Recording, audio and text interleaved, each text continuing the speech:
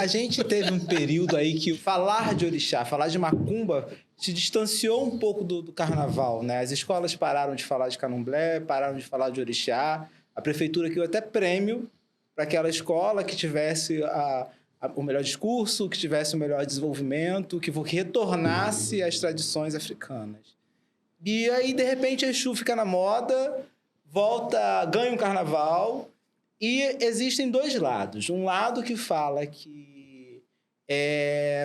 está se falando muito de macumba no carnaval e que tem que se falar um pouco mais de outra coisa. E tem um outro lado falando assim, epa, tem que cuidado, porque existe uma coisa sagrada, que é orixá, e que não pode ir para o lado tão profano que é o carnaval. Qual é o contraponto disso? Assim? Se pode fazer macumba no carnaval, como é que funciona isso na cabeça de vocês? Eu acho que tem uma questão que é a dinâmica do Carnaval S.A., né? Sociedade Anônima. Então, tem uma questão dos interesses comerciais. Então, já tiveram enredos, assim, estapafúrdios, você não acredita. Como é que conseguiram encaixar isso no Carnaval? Né? E aí, nomes, inclusive, de personalidade estavam quietinha no canto dela, sendo dono de emissora, sendo chefe de programa de criança lá, daquela tribo tão bonitinha. E aí conseguiram encaixar ali. Mas, se a gente for observar de modo geral, a macumba nunca saiu do carnaval, porque o carnaval sai da macumba. A primeira macumba que vai para a rua é o afoxé de Exu, né? E aí, se a gente for reafirmar, buscar isso, peneirar isso, a gente vai encontrar Xangô, o Alujá de Xangô, na bateria da Furiosa, Salgueiro, né? A gente vai encontrar no Império Serrano, né? A batida ali tem a ver com toques de... Acho que a mocidade é o agueré, não é isso? O agueré, enfim, essa relação ali. Então, ela nunca saiu dali, mas a questão econômica, o capitalismo fez com que isso adernasse um pouco para outro lado. Mas a gente nunca deixou de ver, por exemplo, você entra na quadra do Império Serrano, tem aquele São Jorge enorme, e ali tem São Cosme e Damião, tem as oferendas para as crianças, tem tudo ali, É um altar. É um altar. Aquilo ali, o cavalo está enorme para cima, e aqui onde ele está é um altar. E você vai em outro, no barracão mesmo, na cidade do samba, vários barracões tem Exu ali arrumado. E o retorno disso, na verdade, tem a ver com questões cíclicas que a humanidade vive. Vive muito tempo de silêncio de uma determinada expressão. Isso significa que está sendo oprimido. Se não está se exprimindo, está sendo oprimido. E aquilo, de repente, tem um grande boom e vira, né, ali um vetor. Então, Exu, eu acho que Exu vem num direcionamento que foi reinaugurado ali com a Mangueira, falando de temas que fazia a provocação e o tensionamento de questões nessa sociedade que estavam muito reprimidas. Mas há muito tempo. A Santa Cruz, por exemplo, foi Santa Cruz. Mas então, os ciclos, que ano foi?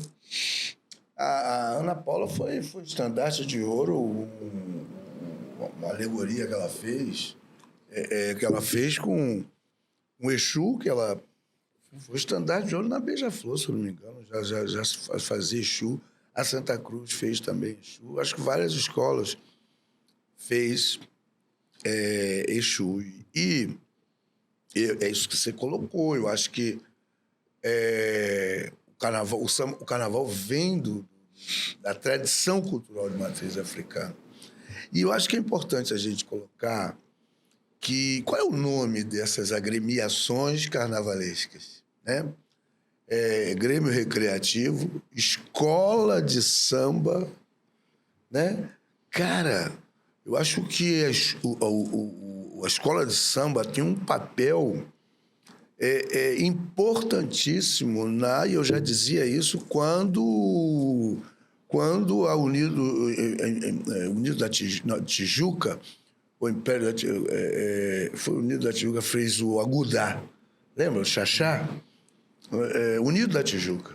Unido da Tijuca fez o Carnaval Lesco, era Milton Cunha, que fez o Xaxá, né? E a minha preocupação, porque eu tive a oportunidade de fazer palestra para a comissão de frente dele, né? Com o Nino Giovanetti, que era o o coreógrafo da comissão de frente e me convidou para estar conversando com eles. E eu tive a oportunidade de dizer que o enredo exaltava, o enredo que exaltou, e está na mente das pessoas até hoje, exaltou a vida do maior traficante de escravos que houve nesse país. Foi o Francisco Félix de Souza, o Xaxá, né? O que se torna um ícone da tradição, mas que, na realidade, era um brasileiro, porque Portugal, ele saiu daqui do Brasil para ir para lá, para ser...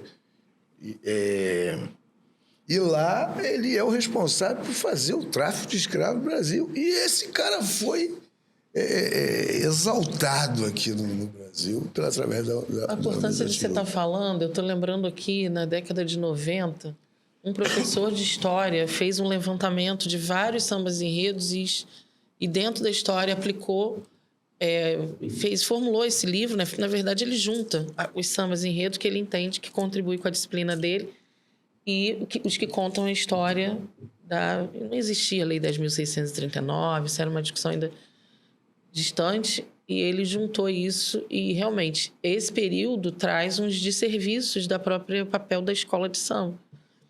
Mas eu vejo esse retorno, esse ciclo, que foi um susto, né? Quando as pessoas veem, caramba, o Exu daquele jeito, tão autêntico, tão visceral, tão Exu mesmo, e ganha o carnaval e as pessoas ficam perplexas com aquilo. E se a gente for analisar, os sambas enredos dali por diante realmente, cada vez mais, exaltavam nas suas letras, né, o orixá e o papel do orixá. Mas, infelizmente, tem uma questão da concepção que faz isso que o Marcelo está falando. Em vez de exaltar o que era o ensinamento de Ifá, que era exatamente a comissão de frente desse ano da Unidos se transformava no tabuleiro de Ifá, não era isso? Era. E a gente ficou muito mobilizado com aquilo, mas tinha essa história por trás, né? Então, esse conteúdo aqui não nos serve. E aquele samba da Grande Rio, na verdade, faz um desenho perfeito, né, do que é Exu, de uma ponta a outra, de um olhar a outro, da Umbanda, do Candomblé, da Quimbanda, passeia, né, por todos esses lugares. E aí a gente tem o resultado que teve, e esse ano a gente já viu que já vi umas 10 escolas falando. Também tem. Mas de verdade eu quero dizer para vocês que eu amei Parrei Oiá e Parrei Maninha.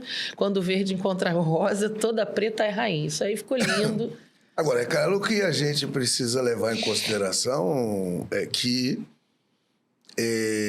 a grande maioria de quem faz o samba, de quem faz que faz o samba, é de terreiro, é povo de axé, né? Dificilmente você vai ter na história o camarada que é evangélico vai fazer. Inclusive, tivemos esse problema com o Império. Teve um ano que o presidente de honra disse, proibiu, que aqui ninguém vai falar de orixá, não falou nada. E foi um problema sério dentro do Império, né? Porque ele era o patrocinador e proibiu, né? E teve lá seus problemas. Então, eu acho que nós temos isso também, né? Esse Grande Rio, por exemplo, o samba nós tivemos a oportunidade de ter aí o meu filhão, o Arlindinho, né, como um dos compositores, né, E que vive o terreiro. E que vive no terreiro. E que vive fazendo segurança de carnaval no terreiro. Nasceu e foi criado e continua dentro do terreiro, né? Então macumba vence carnaval. Vence. E se vence, por que o Laíla não ganhava todo ano? Posso falar isso? Eu acho que você vai morrer um pouco quando sair daqui, mas tudo bem. Não passe em Nilópolis, só digo. Pois é, ele tão perto, né? Pra que Cara, mas a Beija-Flor teve momentos... Pô, teve momentos de glória, cara. Com o Laíla, com o pai de santo dele lá, que inclusive eu conheço, meu compadre, vivia fazendo bola pro... Muita coisa. Era o cara que passava o pombo no Não, que Laíla. assentou o casal de Exu dentro da... Isso, aliás, eu conheci Dentro lá, da Beija-Flor, na cidade do samba. na cidade do samba, lá embaixo da escada lá que subia pro coisa, tinha um Exu lá assentado lá que foi feito por ele. Quer dizer, então, o Beija-Flor teve seus momentos de glória. Muitos anos o Jorge foi lá fazer macumba na avenida mesmo. E a Beija-Flor tava ali, né? Se não ganhava, dava nas cabeças. Eu sempre falei isso, assim, a Beija-Flor, ela, nesse período lailesco, a Beija-Flor, se ela não ganhasse, ela estava entre as 10. Sim, ela ela não estava saía sempre ali, dali. ela não saía dali. Ela não Ajuda, saía. sim, ajuda. Tem uma... Eu penso, porque aquilo, coisas acontecem, né? A que a gente chama de lei de Murphy, né? É a lei de Murphy que falam, né? As coisas acontecem quando você menos espera. Então, todo esse... Quer dizer, vamos voltar para a questão do papel de Exu. Quando você fala no Oriki Exu, você diz isso. Exu machemi, omolomirani oxê. Exu não me faça mal. Exu mache. Exu mache. Exu mache. Exu não me faça mal. Exu não me faça mal. Não me faça mal. Ora... Então, se eu faço um egbó antes, uma oferenda para Exu, em que eu peço a ele que ele não me atrapalhe, que ele não... Eu reverencio ele, não que ele seja um malvado. Porque a gente tem que ter muito cuidado quando a gente fala isso, né? Porque eu digo assim... Às vezes as pessoas colocam o Exu como... O missionário fez isso, a igreja fez isso, né? Colocou o camarada de chifre e rabo e chamou ele do diabo e nós, povo de terreiro, né? Sobretudo um bandista, acabou alimentando... Acolhendo isso, né? E aí o cara Fulano é do diabo, ciclano é do capeta. Né? Na realidade, ele vai trabalhar essa questão. Mas é preciso que a gente entenda o seguinte, eu dou alguns exemplos. Você está numa palestra sobre o movimento negro.